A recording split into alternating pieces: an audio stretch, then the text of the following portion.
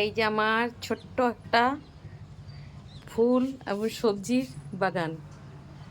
এই যে একটা অপরাজিত ফুল গাছ, এখন ফুল নেই। আর কচু গাছ, এই দেখো কচু গাছের কতগুলো লতি হয়েছে। এই যে আমার কুমড়ো গাছের মাচা তৈরি করছে আমাদের মিস্টার কে কে মণ্ডল। পুঁই শাক গাছ দেখো কত সুন্দর পুঁই শাক হয়েছে, গাছ হচ্ছে।